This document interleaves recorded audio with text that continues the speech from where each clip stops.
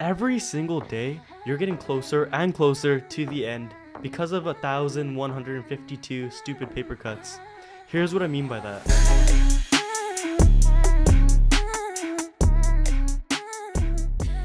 You can stop this from happening, and you can do it quite simply. You can even do it while watching this video. I'm going to show you how. This doesn't involve buying anything or doing any more that you're already doing in your life. It's actually quite the opposite.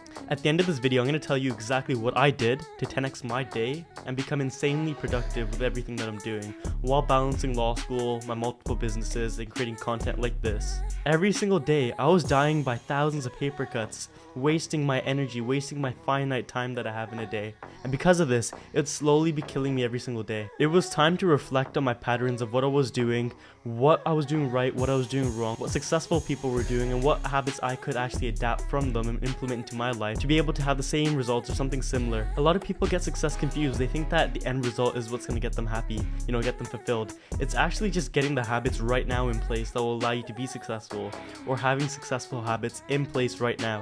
And that already makes you successful. It's like the difference between being broke and being poor. A poor person, it's their entire mindset, it's their habitual way of living, it's the way that they conduct themselves on a daily basis, the way they hold themselves, the way that they take care of their time, spend their time, who they spend their time with, the way that they interact with people around them, always different. But for a broke person, a broke person can have successful habits. It's going to take time for those habits to compound and be able to make them the money that they want or the freedom that they want. Right? So being broke doesn't mean that you're just poor. There's a difference between the two. And honestly, these paper cuts that you get in your life that take away from your time and your energy and waste your time and energy in a day, it comes from having a poor mentality and mindset, either one that you've been born with or a mindset that you've adapted by hanging out with the wrong people or consuming the wrong type of content or just following into these little traps or bad habits that you have in a day. Now, a way of looking at these paper cuts is friction. In your day, you have something called friction. And the way I like to say it is that whatever you can do in your day to reduce the amount of friction that you have and to reduce the amount of choices that you have to make, it will clear up the amount of energy that you spend on these choices. Because you only have a finite amount of energy in a day, you have to be careful of how you spend it. People are so frugal and worried about how they spend their money in a day, but they're not worried about how they spend their time or their energy, because those two are finite. You can't get more of those. But money, it's abundant. You can get more of it. You can make more of it. You can do whatever you want, but with time, there's only a limited amount of it. Okay, let's see how time and energy actually pair together and what you're doing in your day right now. I want you to reflect with me what you currently are doing in a day that is stopping you. And I told you I was going to share what I'm doing different than I was doing when I was making these bad habits or wasting my time or wasting my energy and killing myself with these paper cuts every single day. From the moment that you wake up in a day to the moment that you go to sleep, you need to break down every single minute of how you spend your time consciously. I know it sounds so crazy to think that, oh, you're living by the minute.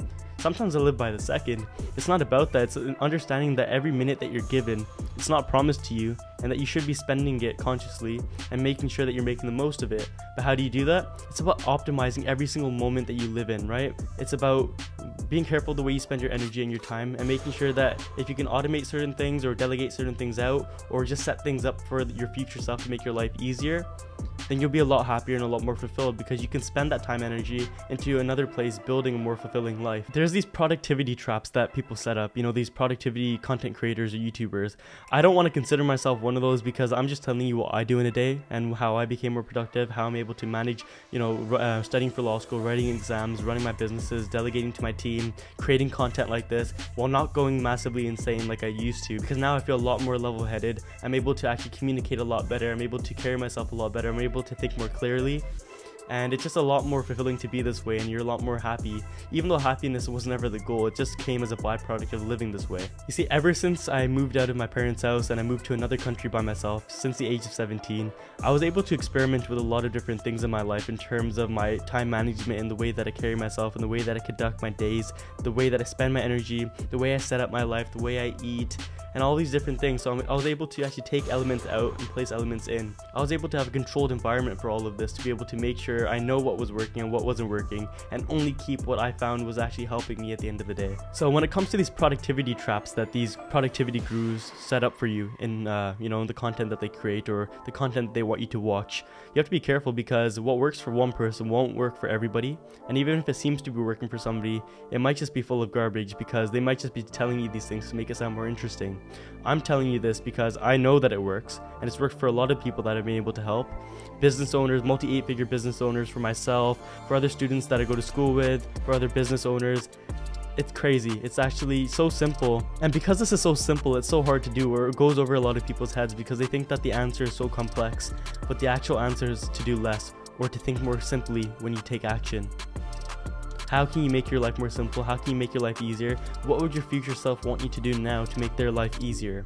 That's how you have to think about things. And when it comes to actually taking action, you don't overthink it, you just do it. And you do it as if it's just a part of your nature. You don't overthink about taking the actions, you just do it. And that's all I can really say about taking the actions when it comes to doing these things in the day. So I'm gonna give you some examples of what I did in my day to make my life a lot easier. Stop wasting time, stop wasting energy. Number one, it was cutting out a lot of the noise. So who do I spend my time with? What conversations am I having? Is it draining my energy? Because talking does take a lot of energy. Like making this video takes energy. Imagine talking to someone, having to answer the questions, have to process the information that they're thinking about, have to actually give value back to them. It takes a lot of energy. Could you putting that value somewhere else where I could actually have a huge influence from what you're doing, right? You don't want to be putting your energy into something that just dissipates. You want to be putting your energy into something that compounds over itself. So what vehicle are you using for that in your day to be able to compound the energy and time that you're putting into a certain action? When I wake up, I used to buy a lot of clothes. I still have a lot of those clothes. I tried full-on minimalism where you only wear the same thing every day. That was cool. I did that for a big part of my second year of law school. It was cool, but I'm a person who likes my style and also likes to just be dressing different every day. So what was working for me was to have set outfits. And I compare these different outfits, right? You have 2 pairs of pants that match with different types of tops, and I'll have those set out there so that I could just pick them in the day and not have to overthink it. Because the amount of energy that you expend on trying to pick out a certain outfit in the beginning of the day is ridiculous. Like, even if you're not consciously doing it and you just think that I'm just picking out a pair of clothes and it's not a big deal, you're still putting some of your finite energy into doing that, and it's all taking away from it slowly. That's what I'm saying. These little paper cuts in your day are slowly taking away from your energy and time. Whether it's one little paper cut, it's still adding and still compounding onto the effect of taking your time and energy away. The food that you eat in the morning.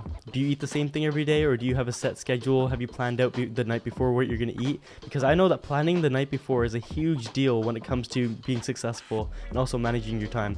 Ask any successful person. I'll tell you a majority of them, you can think of any in your head and you can search online if they do this. They plan out their days the night before. This is because they can optimize each moment of their day of what they're going to do. Not necessarily by the time of the day, but how much time they're going to spend on a certain task in the day, which is called time blocking, and I'll make another video about that. It's almost like engineering your day and constructing it in a way that you're making sure that you were productive, right? Like you're setting your future self up to be productive. Just going headfirst into something isn't really a good idea. You should always have a plan. I'm sure you've heard of the quote, if you don't plan, you plan to fail, right? It's the same thing. If you don't plan your day the night before, or the day before, or the week before, however you want to schedule your days, because everybody's different, you're planning to fail. You're planning to waste time and energy. Do you go to sleep at the same time every day? Because if you don't know what time you're going to wake up or what time you're going to go to sleep, it's very hard to know what you're going to be able to achieve in the day or what times you're going to be able to do certain things. So the actual act of waking up early doesn't really, it can make you happier, it can make you more fulfilled because you seem to have more time in your day, but it's not what I actually think makes people successful. I think it's the actual act of waking up early and being able to know what time you're going to be able to do certain things in that day.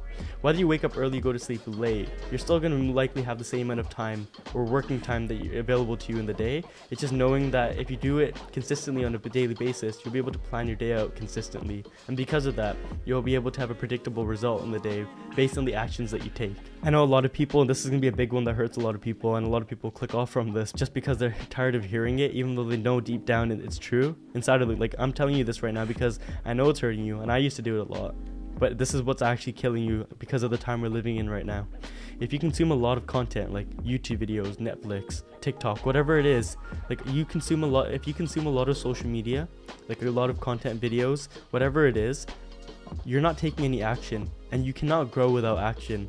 Whether your action is good or not, the fact that you're just doing something in your day will help you compound on it and actually be able to achieve something, as long as you have a target that you're aiming for with those actions that you're taking.